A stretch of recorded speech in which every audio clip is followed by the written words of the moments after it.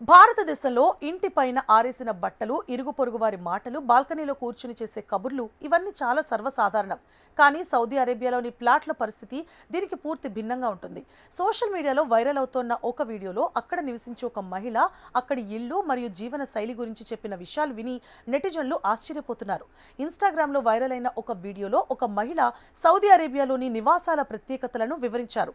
ఆమె చెప్పిన దాని ప్రకారం ఇక్కడ కరెంటు కోత అనే సమస్య దాదాపుగా ఉండదు. 24 గంటల పాటు విద్యుత్ సరఫరా ఉంటుంది. ప్లాట్లను క్రమం తప్పకుండా మెయింటెనెన్స్ చేయడం వల్ల ఇళ్లలో బూజు కానీ, గోడల మీద పాకే బల్లి వంటి పురుగులు కానీ అస్సలు కనిపించవట. ఇంకా ఇందులో ఇంకో విషయం తెలుసా? సౌదీలోని పాత ఫ్లాట్లలో బాల్కనీలు ఉండవు. కొత్తగా కడుతున్న కొన్ని అపార్ట్మెంట్లలో కనిపిస్తున్నా అవి మన దేశంలో లాగా సర్వసాధారణం కాదు. దీనికి ప్రధాన కారణం అక్కడి వాతావరణం మరియు ప్రైవసీ అంటే గోప్యతా నిబంధనలు.